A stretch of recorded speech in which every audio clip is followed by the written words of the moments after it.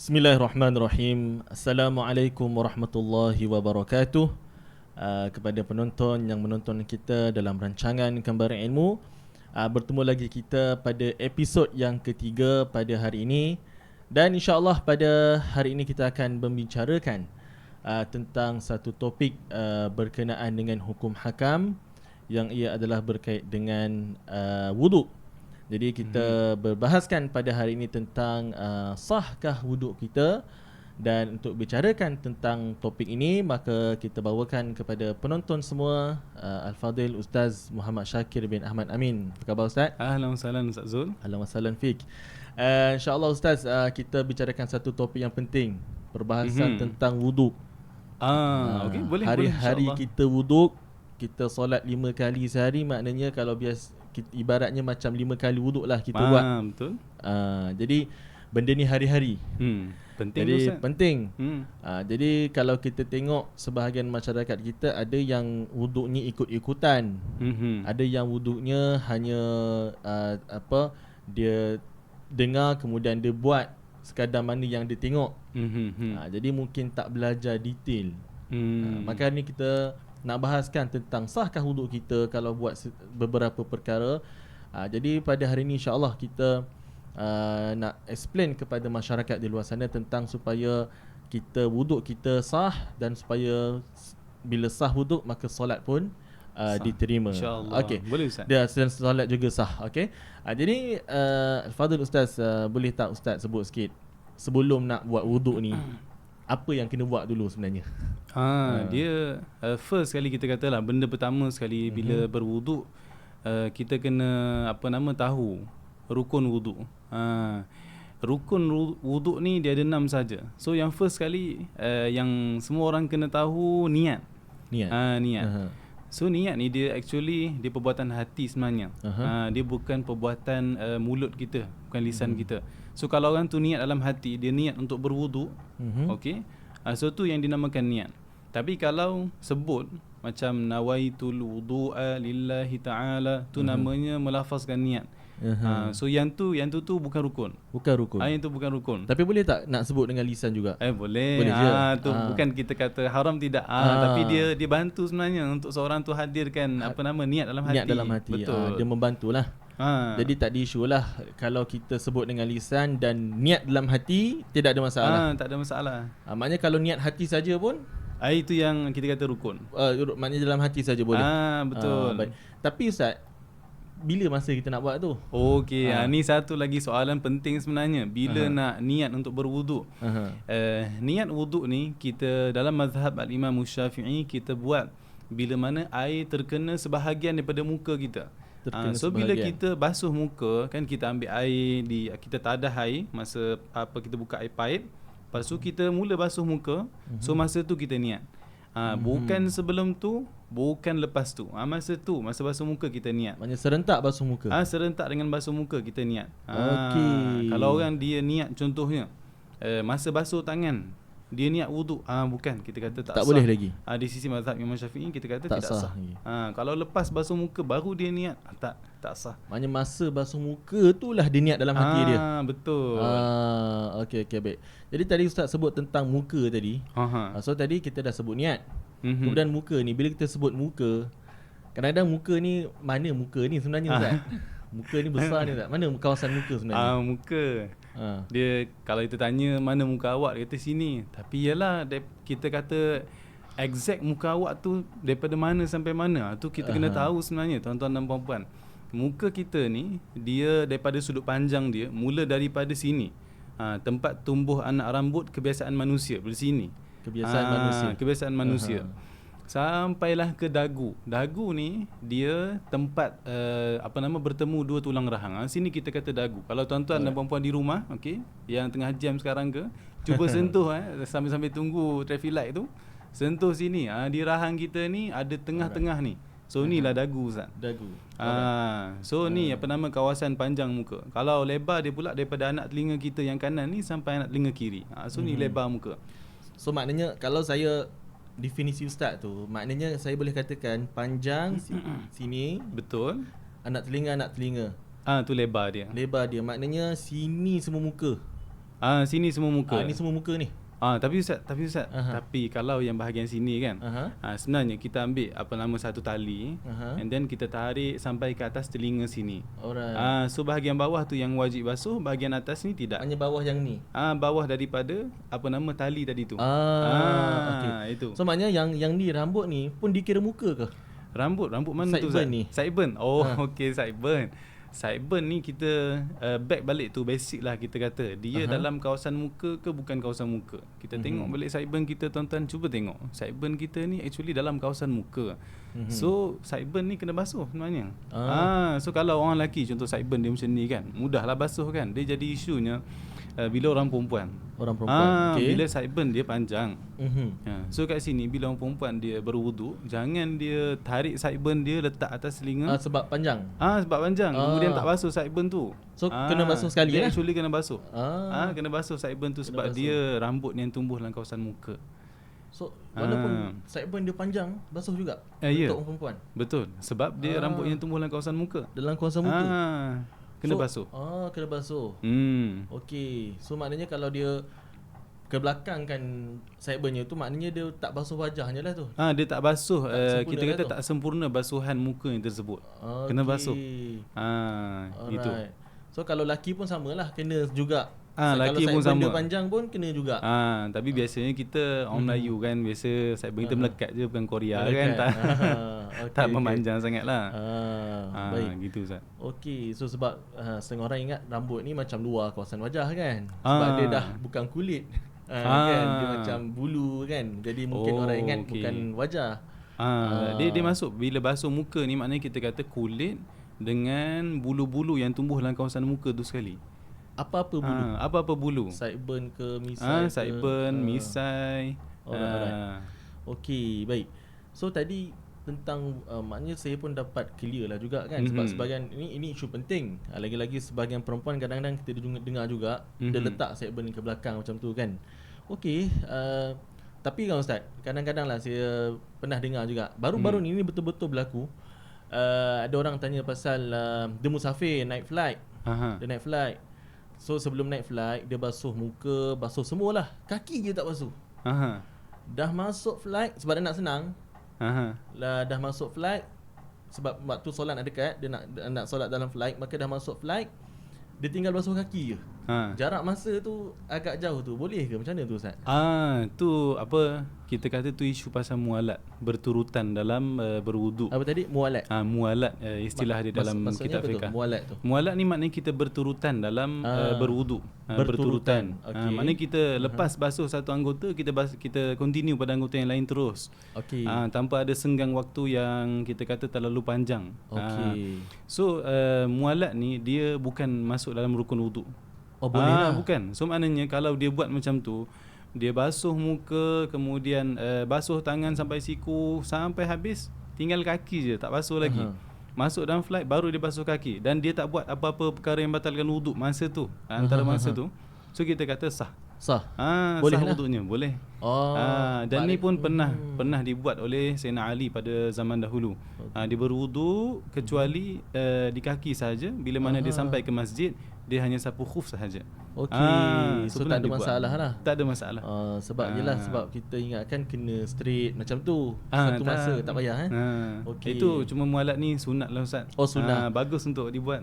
Tapi dia sunnah, tapi sah kalau tak buat. Sah kalau tak buat. Sah kalau tak buat. Betul. Okey, baik. Itu mualat. Tapi kalau mualat kita kata sunnah. Maknanya kalau tak berturut-turut boleh. Boleh. Tapi kalau contoh dia tak ikut turutan.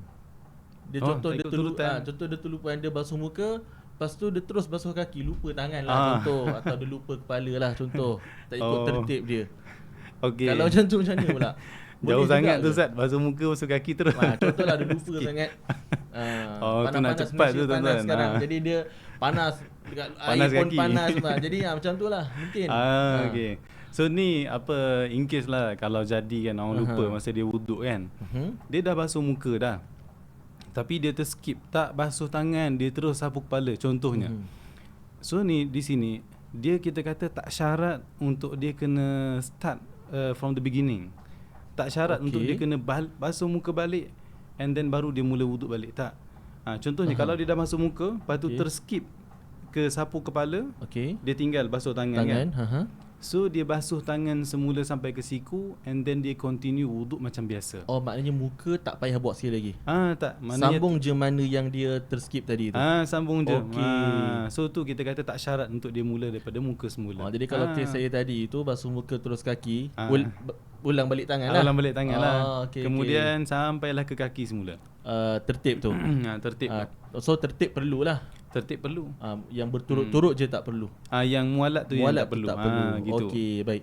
So pernah berlaku lah konflik lah, bukanlah konflik kan, setengah netizen dalam social media. Kita negara yang banyak guna social media kan.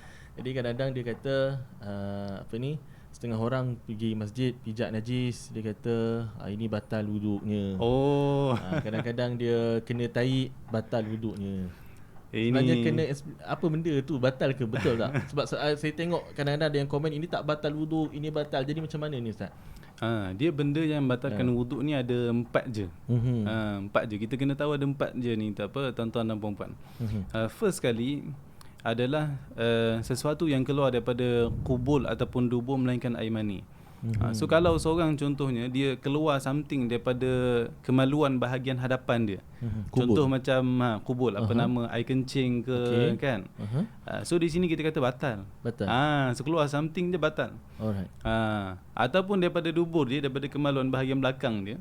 So kat sini contoh keluar angin, keluar tinja tahi dia, maka di sini batal. Tapi yang para fuqaha kecualikan kat sini air mani je. Air mani. Tapi bukan kita kata keluar air mani boleh solat terus lah, tak batal wuduk. Bukan. Dia kena mandi wajib dulu. Baru boleh dia solat. Tu yang first Ustaz. Kalau yang kedua pula, dia perkara yang batalkan wuduk, dia sentuh wanita ajnabiyah yang disyahwati. Sentuh kulit wanita ajnabiyah yang disyahwati. So ni batalkan wuduk. Tanpa pelapik. So kalau contohnya dia naik train ke apa kan, dia pakai baju lengan pendek. Lepas tu bila dia berselisih dengan seorang perempuan, contoh perempuan yang non muslim ke, kena kulit dengan kulit perempuan tu, batal wuduk dia. Batal walaupun dia tanpa syahwat Ustaz. Walaupun tanpa syahwat batal. So di sini para fuqaha kata wanita menyentuh kulit wanita ajnabiyah yang disyahwati kat sini, maknanya yang disyahwati oleh kebiasaan manusia. Biasanya orang tengok perempuan macam ni disyahwati ke tidak. Walaupun tak sengaja walaupun tak sengaja kita kata batal. Alright. So kat rumah macam dengan isteri kita kan, dia ajnabi bagi kita, ajnabiyah. Dia bukan mahram. So di situ batal kalau sentuh isteri. Gitu. Clear. Alright. Tu benda yang kedua. Yang ketiga adalah dia hilang akal. Hilang akal ni banyak tuan-tuan, tapi kita nak ambil satu contoh sini, tidur. Tidur ni antara benda yang menghilangkan akal. So kalau seorang ni dia lepas ambil wuduk, kemudian dia tidur, batal wuduk dia. Tapi ada exclusion kat sini, ada pengecualian. Satu je. Tidur dalam keadaan duduk yang tetap papan punggung dia. So kalau papan punggung, macam tengah ceramah tu lah. Dia lebih kurang macam tengah khutbah contoh. Tengah khutbah. Ramai tidur kan. Dia bukan sengaja nak tidur sebenarnya. Dia kerja penat. So bila datang tengah hari pula, bulan puasa pula, dalam aircon pula kan. So dia tertidur. Contoh kan, bila orang lelaki dia dah tertidur masuk khutbah tadi tu, lepas tu dia tetap papan punggung, maknanya tak bergerak papan punggung dia. Lepas tu Tok Khatib dah habis baca doa, wa aqimus solah, baru dia pun bangun sekali, baru tersedar.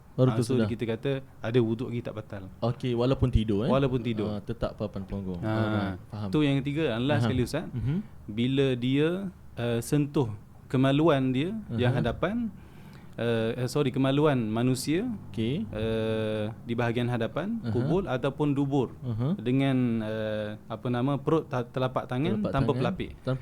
So itu yang batalkan wuduk. Contohnya kalau dia dah berwuduk kan, dia anak dia kencing contohnya, lepas tu dia nak basuh kencing anak dia. Dia pegang kemaluan anak dia tadi tu dengan perut tapak tangan dia. Perut tapak tangan ni kita kata kalau kita tekap tangan kita macam ni kan. So mana yang kita tak nampak tu perut tapak tangan. Kita tekan sikit, mana yang tak nampak tu perut tapak tangan.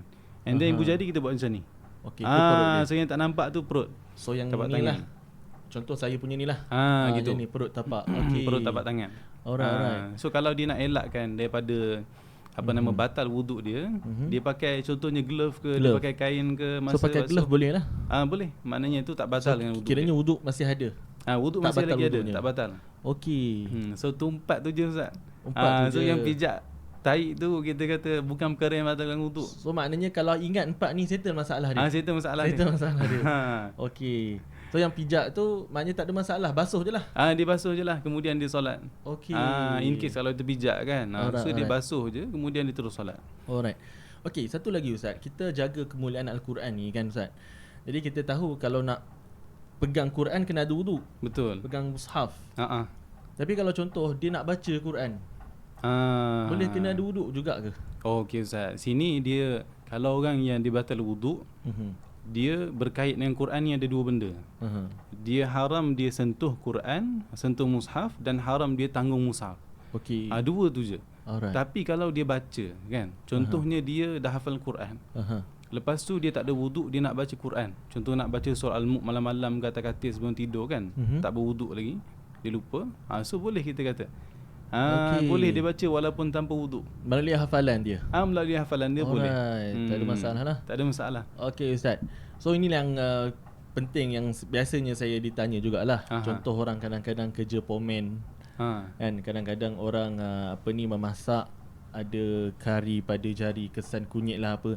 Tadi Ustaz kan kadang-kadang keliru lah Ustaz. Macam mana nak kata yang ni sah tu, contoh orang dia pakai inai, orang perempuan pakai inai sah ke wuduknya?